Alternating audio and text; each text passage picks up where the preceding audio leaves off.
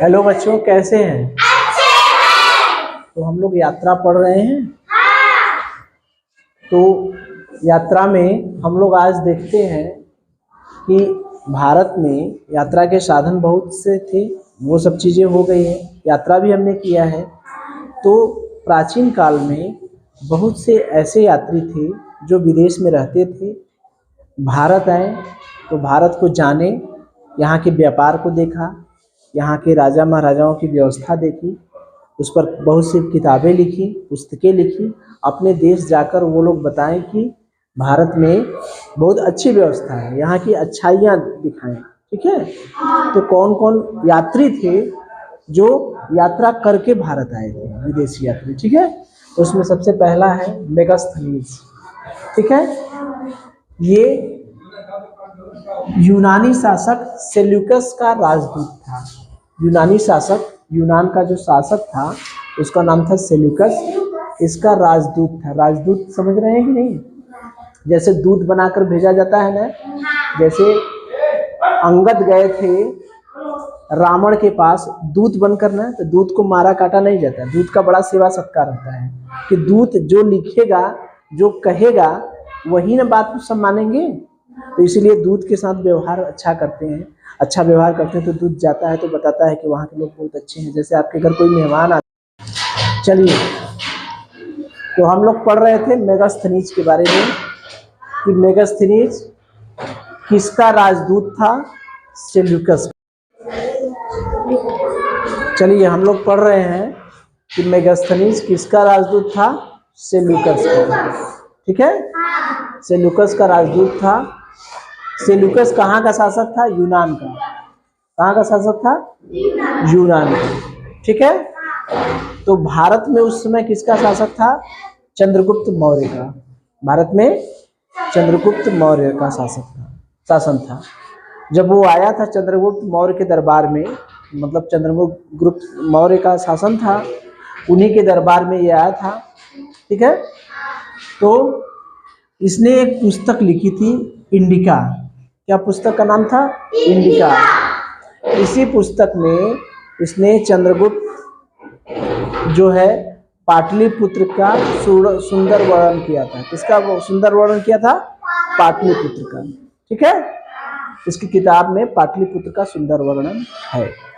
तो कितनी बातें निकल कर आई। मेगास्थनीज कहाँ का राजदूत था? यूनानी राजदूत था। शासक कौन था? सेल्यूकस। सेल्यूकस का राजदूत था। ठीक है। अगर पूछा जाएगा कि मेगास्थनीज किसका राजदूत था? सेल्यूकस का राजदूत था। किसके दरबार में आया था? चंद्रगुप्त मौर्य के। कहाँ का था? यूनान का। कहाँ का था? यूनान का। ठीक है। यूनान का था। उसने कौन सी पुस्तक लिखी थी?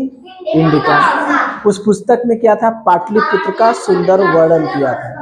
पाटलिपुत्र जो चंद्रगुप्त की राजधानी थी, जहाँ चंद्रगुप्त का शासन था, उसी को पाटलिपुत्र कहते हैं। ठीक है। वहां पर वो उसका सुंदर वर्णन किया था। ठीक है। दूसरा है फाह्यान। क्या है? फाह्यान। ये कौन यात्री है? चीनी यात्री।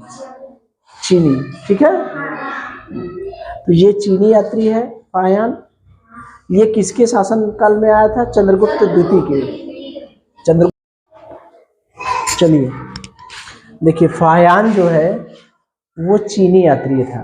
कहाँ से आया था? चीन से। चीन से आया था। चीनी यात्री मतलब चीन से आया था।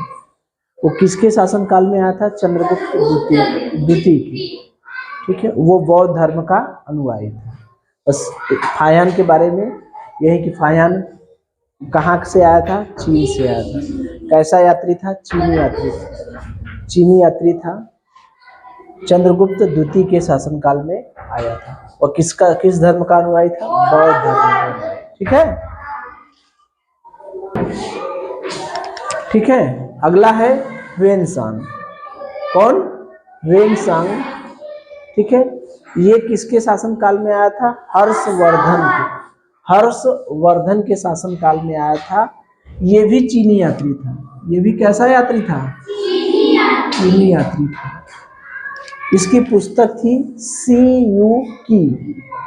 क्या नाम है? सी यू की। ठीक है, तो याद रखिएगा कि वेनसांग जो है वो भी चीनी यात्री है हर्षवर्धन के।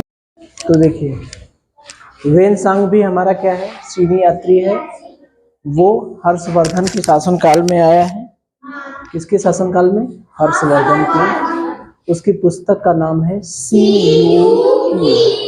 ठीक है, सी यू की। तो आपसे अगर पूछा जाता है कि वेनसांग किसके शासनकाल में आया था, तो क्या कहेंगे? हर्षवर्धन। देखिए ह से नाम है ना, वेन हर्ष, वेनसांग हर्षवर्धन। ठीक है, चंद्रगुप्त मौर्य नहीं है।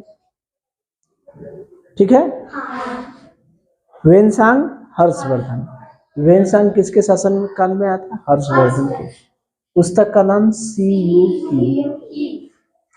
इत्सिंग अगला यात्री है, इत्सिंग। ये भी चीनी बौद्ध भिक्षु।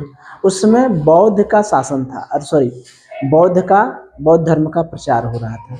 उस समय बौद्ध धर्म का हर जगह बोलबाला था, मतलब बौद्ध धर्म बहुत अधिक मात्रा में लोग मानते थे। ठीक है, तो इत्सिंग भी एक चीनी यात्री था। वो क्या किया था? नालंदा विश्वविद्यालय में आकर पढ़ाई किया था, वहाँ के पुस्तकों का अध्ययन किया था। ठीक है, तो वह नालंदा विश्वविद्यालय और विक्रमशिला विश्वविद्यालय, नालंदा विश्वविद्यालय बिहार में है। कहाँ है? यहाँ बिहार में। ठीक है, तो यहाँ पर इनके बारे में लिखा है। अपनी जो किताब है उसमें नालंदा विश्वविद्यालय और विक्रमशिला विश्वविद्यालय के बारे में लिखा है, जो कहाँ है? बिहार में। कौन सा? इत्सिंग। ठीक है, अगर पूछा जाए कि इत्सिंग की पुस्तक में किसके बारे में वर्णन है, तो नालंदा विश्वविद्यालय के बारे में और विक्रमशिला विश्वविद्यालय के बारे में। ठीक है, अलबरूनी के बारे में हम लोग पढ़े थे, याद है? अलबरूनी उज्बेकिस्तान का रहने वाला था। जब तालाब पढ़ रहे थे जल वाला, तो जल के बारे में, तालाबों के बारे में अलबरूनी का नाम आया था। अलबरूनी उज्बेकिस्तान का रहने वाला था। कहाँ से आया था? फारस से। फारस का यात्री था। कहाँ से आया था? फारस से। कहाँ का रहने वाला था? उज्बेकिस्तान का। यह महमूद गजनवी के साथ आया था। किसके साथ आया था? महमूद गजनवी। ये मुस्लिम शासक था, उसी के साथ आया था। ठीक है, चलिए, तो हम बता रहे थे कि अलबरूनी कहाँ से आया था? उज्बेकिस्तान से या फारस से का रहने वाला था। फारस का रहने वाला था, उज्बेकिस्तान से आया था। ठीक है, फारस देश का नाम है। ठीक है, फारस देश का नाम है। और कहाँ से आया था? उज्बेकिस्तान से आया था। किसके साथ आया था? महमूद गजनवी के साथ। उसकी जो पुस्तक लिखी थी किताबे हिंद, या उसका नाम किताबुल हिंद, दोनों एक ही किताब है। इसमें यह तालाबों के बारे में लिखा है कि जो राजा तालाब बनवाए थे, जो बावड़ियां बनवाए थे, याद आ रहा है? जो बावड़ियां बनवाए थे उनमें उतरने के लिए भी रास्ता था, चढ़ने के लिए भी रास्ता था। ठीक है, लोहे की जंजीरें लगी रहती थी, कुल सब अपनी पुस्तक में लिखा था। हाँ, तो वही है अलबरूनी। विशेष रूप से ये तालाबों के बारे में लिखा है अपनी किताब। उसकी किताब का क्या नाम है? तहकीके हिंद, किताबुल हिंद, दोनों एक ही किताब है। ठीक है, कहाँ का निवासी था? उज्बेकिस्तान का, फारस देश से आया था। किस मुस्लिम शासक के साथ आया था? महमूद गजनवी के साथ। ठीक है, तो ये अलबरूनी के बारे में हमने देख लिया। फिर मार्को पोलो जो है वो वेनिस से आया था। कहाँ से आया था? वेनिस से। वो इटालियन यात्री था, इटालियन व्यापारी। ठीक है, इटालियन यात्री इटली से आया था। कहाँ से आया था? इटली से। इब्न बतूता अगला है। इब्न बतूता वो मोरक्को यात्री था, मोरक्को से आया था। कहाँ से आया था? मोरक्को से। अगर पूछा जाए कि इब्न बतूता कहाँ से आया था, तो मोरक्को से आया था। उसकी किताब का क्या नाम है? रेहला। क्या नाम है? रेहला। वह मोहम्मद बिन तुगलक के शासनकाल में आया था। किसके शासनकाल में? मोहम्मद बिन तुगलक। ठीक है, अगला है निकोलो कोंटी। निकोलो कोटी। वो कहाँ से आया था? इटली से। विजयनगर आने वाला पहला विदेशी यात्री था। इसके पहले विजयनगर में कोई विदेशी यात्री नहीं आया था। निकोलो कोटी जो था वो पहला विदेशी यात्री था जो कहाँ आया था? विजयनगर। ठीक है, उस समय शासक थे देवराय। ठीक है, तो अगर पूछा जाए कि निकोलो कोटी कहाँ से आया था? इटली से आया था। कहाँ गया था? विजयनगर। विजयनगर पहुंचने वाला सबसे पहला विदेशी यात्री कौन था? निकोलो कोटी। कोटी, ठीक है, निकोलो कोटी। अब देखिए वास्को डी गामा की बात। वास्को डी गामा समुद्री मार्ग से, पहले ये देख लीजिए कि ये पुर्तगाल का निवासी था। कहाँ का निवासी था? पुर्तगाल का। ये सब यूरोप में पड़ते हैं। किस महाद्वीप में पड़ते हैं? यूरोप में। पुर्तगाल का निवासी था। 1498 ईस्वी में भारत से ये देखिए, ये वास्को डी गामा जो है कहाँ का निवासी था? पुर्तगाली निवासी था। वो 1498 ईस्वी में यूरोप से कहाँ आया था? भारत आया था। ठीक है, तो यूरोप से समुद्री मार्ग से भारत आया था। उसके पहले समुद्री मार्ग का पता नहीं था। ठीक है, तो समुद्री मार्ग से भारत पहुंचा था। तो भारत की खोज किसने की थी अगर पूछा जाए तो? किसने की थी? Vasco D gamma. वास्तव में वो भारत की खोज नहीं था, भारत कहीं खो नहीं गया था। यूरोप से भारत जो समुद्री रास्ता था उसकी खोज की थी। ठीक है, तो वो किस बंदरगाह पर पहुंचा था?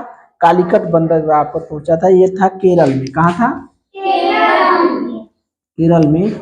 यहाँ के शासक थे जमोरी। कौन थे? जमोरी। जमोरी ने इसका स्वागत किया था। अगर पूछा जाए भारत की खोज किसने की थी? वास्को डी गामा ने। कब? 1498 ईस्वी में। ठीक, ठीक है, चलिए, अच्छा।